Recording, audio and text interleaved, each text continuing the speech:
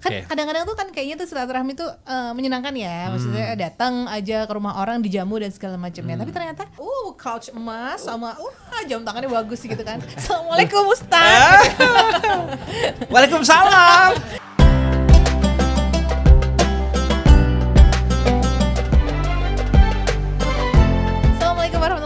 Selamat sore Sobat Vertiza dimanapun berada. Semoga semuanya dalam keadaan sehat, fit, prima. Gak ada yang mokah kan ya. Mokah itu sebenarnya bahasa apa sih Us? Mokah bahasa Jawa ya? Iya Jawa. Bahasa Jawa ya. Semoga semuanya sehat walafiat gitu kan. Masih puasa jalan terus ya. Semangat amin, ya. Amin. Pastinya sebelum berbuka puasa gak lengkap kalau kita gak ngobrol-ngobrol dulu ya Us. Dan kali ini kita akan membahas tentang do and dance waktu silaturahmi. Kan kadang-kadang tuh kan kayaknya tuh silaturahmi tuh menyenangkan ya. Maksudnya datang aja ke rumah orang dijamu dan segala macamnya. Tapi ternyata ada aturannya mungkin ya. Iya. Yang membuat semuanya nyaman pasti. Iya. Yang pertama tidak boleh nawaitunya untuk pamer. Tapi nawaitunya betul-betul untuk menjalin silaturahmi, sambung sanak, lama nggak jumpa, ingin mendekatkan hati, ingin meminta maaf. Aku bawa couch emas sama jam tangannya bagus gitu kan. Assalamualaikum Ustaz. Waalaikumsalam. Malah ajang pamer ya kan. Gitu ya nggak boleh. Iya nggak boleh. Kalau bisa pun sampai kalau mobilnya lebih dari satu, cari mobil yang paling biasa. Kalau misalnya kalau kita ingin menghindari agar tidak dianggap pamer gitu. Tapi kalau cuma punyanya ya itu ya gimana lagi? Nggak ada yang lain gitu. Bener. Maksud saya adalah jangan pernah punya niat untuk pamer ketika silaturahmi, aturannya. Jadi niatnya untuk menyambung, betul-betul menyambung rahim yang selama ini nggak pernah ketemu dan momen meminta maaf. Oke, pertama itu. Yang kedua, aturan yang kedua adalah no kepo. Tidak ada kepo-kepoan. Jadi kalau silaturahmi itu nggak perlu tanya anaknya sekarang udah kerja di mana. Iya, itu biasanya ditakutin tuh sama jomblo juga misalnya ya. Amerikanya di negara mana sih? Terus apa perusahaannya apa? Bidangnya apa? Terus anakmu pegang yang apa? Terus gajinya berapa? Ujung-ujungnya kalau itu mewah dia sedih. Kalau itu nggak bagus asik. Kan udah hasad itu. Oh benar. Nah, jadi jauhi aja lah ya pertanyaan. Pokoknya kepo itu diminimal mungkin. Jangan tanya apa-apa. Pokoknya tanya kabar tok. Kemudian malah ngobrol tema nggak apa-apa. Tema masalah mudik, tema masalah BBM naik, apa terserah aja lah. Terserah kamu temanya apa. Kepo dengan kenaikan berat badan juga big no-no ya untuk perempuan ya kan. Jangan apa lagi gitu kan. Itu nggak perlu ditanya. Ternyata ini hamil lagi padahal enggak gitu, biasanya menyakiti hati ya usia. Aku sama Mas Andi sakit tuh kalau gitu. Kok bisa hamil Mas? Wah, biasanya gitu ya, gojekan bapak-bapak, tapi ternyata itu membuat sakit bapak-bapak juga nih ya. Kok bisa hamil gitu kan ya gitu kan. Oke. Jadi kita nggak kepo itu harus hindari. Jadi nggak perlu kepo. Jadi gini ya, kamu nggak perlu mengadu nasib membandingkan nasibmu dengan nasibnya orang lain. Benar. Jadi kadang-kadang kan ketika silaturahmi ketemu sama siapa kok mobilnya rada apik. Yuk tertarik tanya tentang mobilnya, tentang ini gitu kan. Nama itu ingin membandingin sama ngejek atau mencari tahu yang pokoknya kenikmatannya tuh pokoknya kalau kamu itu buruk, aku seneng, itu bahaya. Jadi karena itu rumusnya jangan hindari kepo gitu. Yang ketiga, ketika kalau kamu silaturahmi adalah kamu tidak boleh, tadi kepo kan, kamu ketika kamu masuk rumah orang, maka tutuplah matamu. Itu rumusnya dari beberapa imam besar begitu. Tutuplah matamu itu artinya apa? Kamu nggak perlu komentari. Benar. Jadi, kok kitchen sate kok cilik banget ini kita Mas Andi. Aku rada susah ya tinggo obesity. Kurang ajar itu. Sate kok nggak matching. Wah, gitu ya. Loh, orang panas Pak Mas Andi? Neng kene iki manggon kene iki, kurang ajar banget itu kan. Jadi dia itu matanya kemana-mana itu. Gitu. Jadi kita harus tutup mata kalau masuk rumah orang itu. Artinya apa? Terserah. Mau di situ ada apanya itu urusan kamu. Jadi tutup mata. Ketika kamu masuk rumah orang tutup mata. Ini penting sekali. Karena kalau nggak ditutup mata nanti kamu karena ada loh Mbak. Istri itu menikmati betul rumahnya yang dibelikan suaminya. Selama ini dia sangat cinta dengan suami, anak dan rumahnya. Dia sepenuh hati membersihkan rumahnya, men-setting, merapikan layaknya hotel bintang 5. Wah, dia pokoknya enjoy benar ketika dia di rumah itu. Tiba-tiba ada teman datang. yang ngomen rumahnya. Wah, ketake tipe 36 yang ini ya. Anakmu pira ta? 4. Wah, kamare apa ora kurang? Wah, padahal cuma kayak gitu ya. Yang tinggal nggak pernah mempersoalkan, yang nggak tinggal mempersoalkan gitu kan. Ya kudune nganu layout-e ra ngene iki. Ha iki anu lho. Iki sirkulasi kurang bagus loh udaranya kalau gini nih.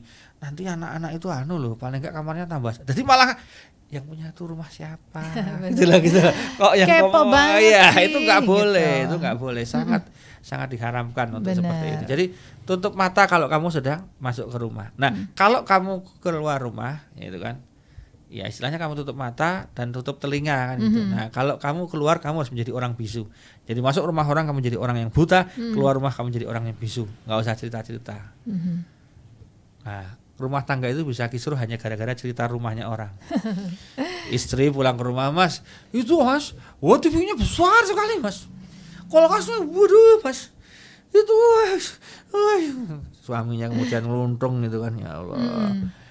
Tahu suaminya ini mau minta ini, dan dia harusnya tahu suaminya bisanya apa, kemampuannya sampai mana, baru sampai mana gitu kan. Ini nggak dipikir, makanya bahaya banget. Makanya saya termasuk orang yang nggak begitu suka, walaupun nggak apa-apa. Artinya kalau pengajian keliling rumah keluarga nggak apa-apa ya, tapi kalau komplek perumahan itu saya nggak begitu suka. Tapi kalau keliling rumah saudara wajib. Kenapa? Biar tahu rumahnya, biar ngerti silaturahmi anak-anak itu, biar tahu oh ini rumahnya Budi ini tuh, rumahnya tante Om di sini tuh, itu biar tahu. Nanti kalau mau silaturahmi lagi bisa ya. Mau bisa bagus lagi, anu ya ini ada bantuan dana dari teman-teman yang dari saudara-saudara.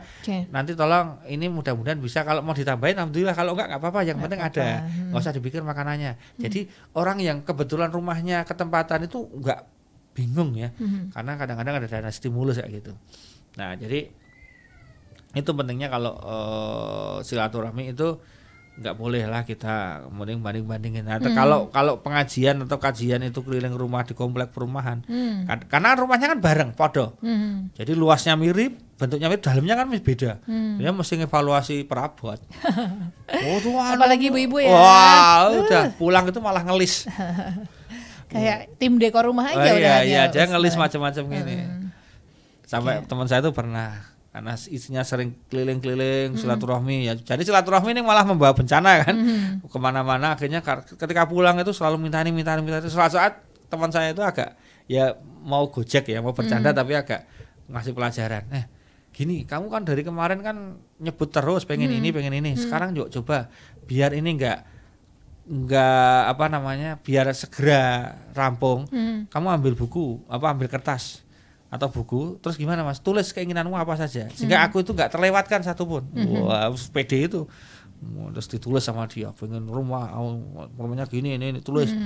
Coba dipikir lagi, masih kurang nggak? Nanti jangan sampai nanti kalau ini dieksekusi nanti masih kurang. Oh ya Mas, tulis kabeh itu kan. Udah cukup, oke. Nah, aku minta tolong kamu beliin golok atau pedang. Loh, untuk apa Mas? Ya untuk ngerampok lah. Malah disuruh ngerampok ya. Untuk ngerampok lah gitu. Loh, maksudnya gimana? Lah kamu minta ini kamu tahu aku siapa? Ya kalau sekarang kamu minta semuanya nggak bisa, ya ngerampok aja biar dapat uang banyak kan. Jadi artinya ini mau ngasih pesan. Loh, kalau kamu memintanya di luar nalar, ya kamu berarti mensupport aku untuk ngerampok kan. Entah ngerampok dengan cara halus korupsi atau cara kasar ngerampok beneran gitu kan. Itu kan yang terjadi. Nah, itulah yang kemudian buruknya kalau jalan-jalan ke rumah orang itu ada. Jadi kalau masuk rumah itu sudah tutup matanya, tutup telinganya, kalau keluar tutup mulutnya. Nggak usah cerita-cerita. Ya misalnya kita sepasang suami istri itu mau membandingkan nggak apa-apa. Tapi dalam rangka diskusi bukan ngambek. Wah, kalau TV-nya nggak diganti kayak yang besar itu ya, aku nggak mau tinggal di sini loh ya. Malah gitu ya. Nggak boleh. Nggak boleh. Tapi kalau kemudian Mas kita apik ya, misalnya di rumah kita ada kolamnya, tapi ya mungkin suatu saat ya Mas kalau kita ada rezeki berupa uang yang lebih, oh ya oke, aku juga pengen Mas gitu. Kalau ngomongnya Mas, udah dewe iki ora ono kolame Mas, enggak ada kolamnya gitu, gimana Mas? Itu kalau suaminya tersinggung, ya udah kamu tinggal di sana aja, enggak usah tinggal di sini. Biasanya gitu. Kalau sama ibu sama anaknya ya kan ya, biasanya. Ya udah enggak pulang aja, tinggal aja di rumah temennya gitu kan biasanya. Iya kan gitu. Itu kayak udah ultimatum itu ya. Iya, makanya kalau bahasanya bagus, tanggapannya juga bagus. Maka disinilah silaturahmi. Nah kemudian aturan yang selanjutnya silaturahmi usahakan membawa oleh-oleh Mbak Dini. Benar. Ya karena oleh-oleh itu walaupun dan oleh-oleh itu tidak mesti perempuan yang bawa. Karena ada loh. Ya saya tak cari oleh-oleh dulu. Lu kan orang lanang tau nggak usah oleh-oleh. Lu oleh-oleh itu pria wanita sama. Kecuali oleh-olehnya bunga lah jadi masalah kalau itu laki-laki. Jadi bawalah oleh-oleh karena oleh-oleh itu meskipun nilainya nggak ada 100.000, tapi masuk ke dalam hati dan sanubari itu cukup dalam. Meskipun hanya mungkin bakpia karena kita dari Jogja kan bakpia, gudeg, apa-apa lah namanya geplak gitu. Itu tetap beda. Walaupun dia itu sudah sering makan tapi begitu dibawakan pasti beda.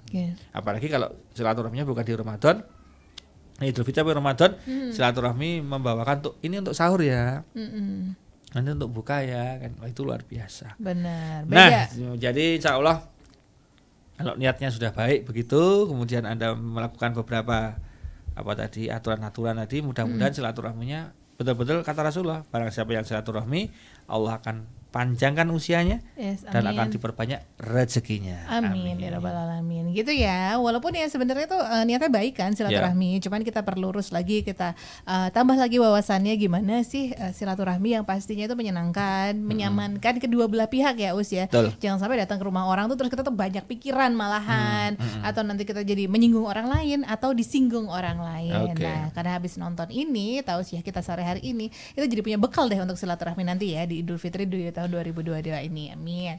Baik, kalau gitu Dini Nita dan juga Ustadz Munir harus pamit undur diri dulu. Semoga buka puasanya bersama keluarga menyenangkan teman-teman sobat Vertizon ya. Nanti kita ketemu lagi pastinya di sharing sebelum berbuka puasa di Vertizon TV ya. Dini Nita pamit, Ustadz Munir juga pamit. Wassalamualaikum warahmatullahi wabarakatuh. Waalaikumsalam.